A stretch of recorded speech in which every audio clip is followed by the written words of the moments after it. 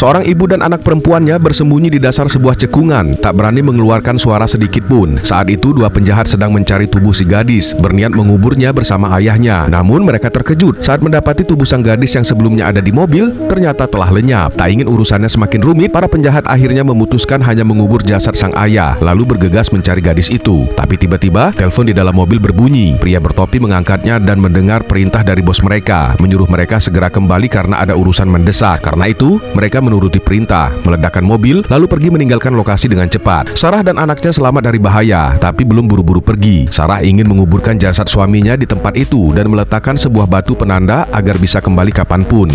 Setelah selesai, mereka mulai berjalan pulang dengan menyeret barang-barang bawaan. Untuk menghindari pelacakan, mereka menyapu jejak kaki mereka di tanah dengan ranting, berjalan dari siang hingga malam. Namun karena kelelahan, mereka memutuskan untuk bermalam di tempat dan melanjutkan perjalanan esok pagi. Tapi saat Sarah terbangun, ia mendapati anaknya tidak lagi di sampingnya. Panik, Sarah segera bangun dan memanggil-manggil putrinya, namun tak ada jawaban. Menyadari situasi gawat, ia langsung mencari di sekitar, hingga akhirnya melihat putrinya di kejauhan sedang berjalan menuju sebuah rumah kecil sederhana di tengah padang pasir. Demi keselamatan, Sarah tak langsung mendekat, tapi bersembunyi sambil mengamati. Si gadis lalu menghampiri seorang pria botak. Karena belum tahu bahaya di luar, ia berharap bisa meminta bantuan dari pria itu. Sayangnya, kepolosannya hampir saja membahayakan nyawanya sendiri. Mendengar ceritanya, pria tua itu berpura-pura baik, memeluk si gadis dengan ramah, mempersilahkannya duduk, lalu memberinya makanan dan minuman. Ia berkata bahwa dirinya bukan orang jahat dan akan membantu semampunya. Setelah lama berbicara, pria itu membuat gadis itu merasa nyaman, lalu menyuruhnya memanggil sang ibu agar ikut makan bersama. Namun tiba-tiba, sebuah mobil melaju cepat ke arah mereka. Penumpangnya adalah dua penjahat yang membuat si gadis ketakutan. Tapi sayangnya sudah terlambat. Kedua pria itu sudah mendekat dan langsung mengenali gadis itu. Barulah saat itu ia sadar ternyata pria botak itu adalah bagian dari mereka.